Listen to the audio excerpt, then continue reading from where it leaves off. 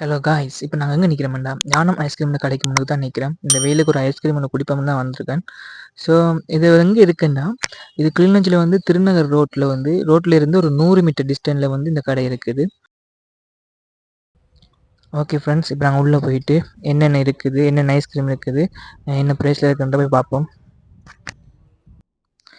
இப்போ வந்து மெனு கார்டை பார்த்தோம்னா ஜூஸ் இருக்குது, சர்பத் இருக்குது, ஃப்ரூட் சர்பத் இருக்குது, அதோட வந்து பாதாம் பால் இருக்குது.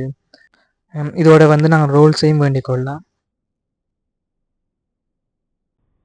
அதோட அடுத்த மெனுவை பார்த்தோம்னா இங்கே வந்து ஐஸ்கிரீம், விதமான ஐஸ்கிரீம், எல்லா ஃப்ளேவர்லேயும் இந்த ஐஸ்கிரீம் இருக்குது, நீங்களும் பார்த்துக்கொள்ளுங்க.